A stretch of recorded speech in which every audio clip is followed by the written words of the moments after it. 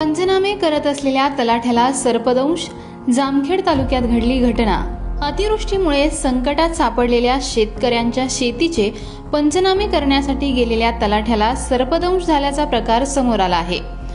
धनेगाव शिवारात गुरुवारी सकाळी 11 वाजता ही घटना घडली। आकाश काशीकेदार असं या तलाठी कर्मचाऱ्याचं नाव आहे। ग्रामस्थांच्या मदतीने तातडीने त्यांना जामखेड येथील खासगी रुग्णालयामध्ये दाखल करण्यात आलं असून सध्या त्यांची प्रकृती स्थिर असल्याचं समजतंय। दसऱ्याच्या दिवशी तलाठी काशीकेदार हे धनेगाव शिवारात पंचनामे करीत असताना गवतात लपलेल्या सापावर त्यांचा पाय पडला। त्यानंतर क्षणार्धात सापाने दंश केला।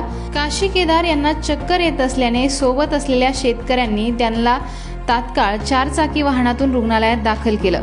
या घटनेची माहिती मिळताच विधान परिषदेचे सभापती राम शिंदे यांनी खासगी रुग्णालयात धाव घेऊन तलाठी आकाश काशीकेदार यांच्या तब्येतीची विचारपूस केली आहे। यावेळी तहसीलदार मच्छिंद्र पाडळे उपस्थित होते।